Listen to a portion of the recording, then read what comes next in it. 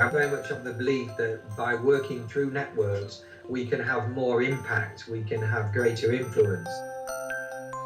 Many different civil society organisations went to the conference in Kobe in Japan in 2005. We all had our own agendas with no real common ground, no consensus. Over the course of the Kobe conference, there was a recognition that actually civil society would be more effective if we agreed a common position. What were the top 10 issues that we felt needed to be negotiated into the Hyogo framework itself?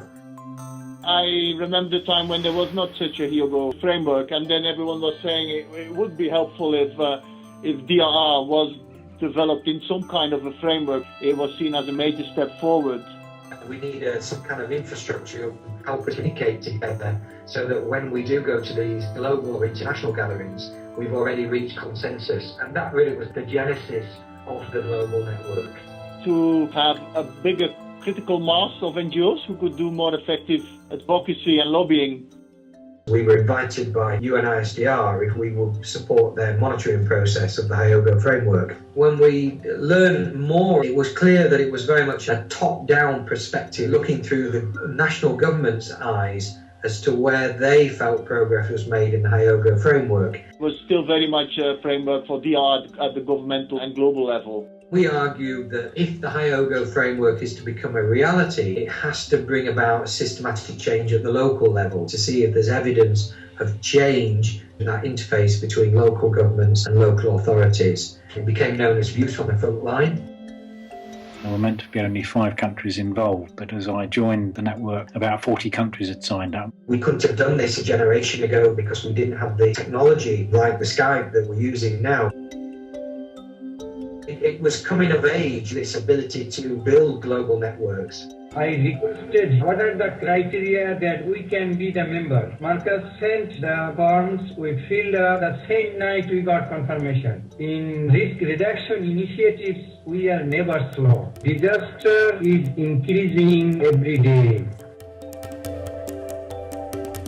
And the impact of disasters are increasing year by year. Some communities suffer at the rainy season the very same impact.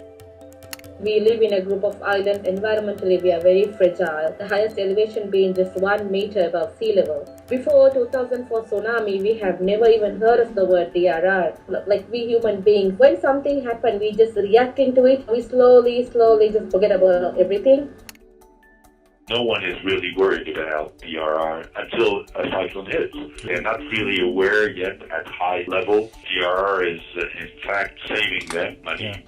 Jordan is trying hard, but it's still an issue in the hands of the government. As usually government reacts, it does not act. When you talk about disasters and risk, you need to involve every single person. I think they are not aware and they are ignored. There are now many policies introducing risk management, but it's only in policies. Keeps in the paper and doesn't get to the field. There is the need to have methodologies to make risk assessment, but at the local level.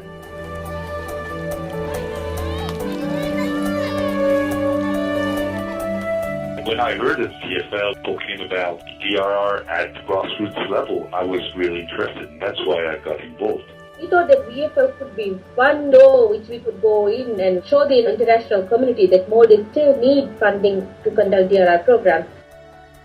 The lesson for us was the revelation that came through the face-to-face surveys, being able to interact with people one-on-one, getting their feelings, learning as you were administering the survey. That was particularly touching. There was a sense of excitement, but also a sense of urgency, and how on earth are we going to do all the work that's involved in VFL in the short period of time we had. It was difficult to get to all the places they wanted to. We got a little time to do everything, like in the beginning, the training, the surveys and everything. We're just crawling in DRR. We just have to learn a lot. provides a rare opportunity for communities around the world to join hands and have one voice for DRR issues that affect them, to shape the way forward. We are always positive to do any cooperation. When I go to a national forum in Vietnam and to say international survey in 60 countries, it contributes to make our opinion and our evaluation more important. Impact has been increased awareness and acceptability of disaster risk at the national level. We are now being seen as being more serious. The government accepting us is a major progress. We're really now having a much higher impact. And so what we are doing is go all the way down to the civil society and then spread. Many people didn't know that these policies exist. People have to know about all these things. What should they do if there is another tsunami warning? Where do they go to? Community has taken up the responsibility. Community-based, owned, leaded, and community managed. When we were showing the video, it was incredible. People were in silence. Okay, it is possible. The challenges is continuation. How you monitor this advance that has been made? To make people understand that we are doing something voluntarily to contribute to the national process. Thanks to that report, there is now a face, a recognition, and an understanding of what you represent. You have clearly moved the agenda forward, and that's an achievement, and it also generates a bit of responsibility. When they looked at the findings, they were saying we have to keep going, start mainstreaming this. Continuous learning, enhancing our skills and capacity. Future of the next VFL will determine the actual progress. It's almost as if it's just starting. There have been so many ideas and suggestions as we've chatted. I've got no idea how we can choose between them and shape a strategy for the next 3 years. Well, that's what we're going to do over the period up to March 2012. That's going to be a very exciting time. Work together at a regional level. It will be easier to approach funders. Together we are going to do this program. I think it has more value in it, more weight in it. Capacity building is one cardinal project that GNDR should always come out of these meetings with new energy.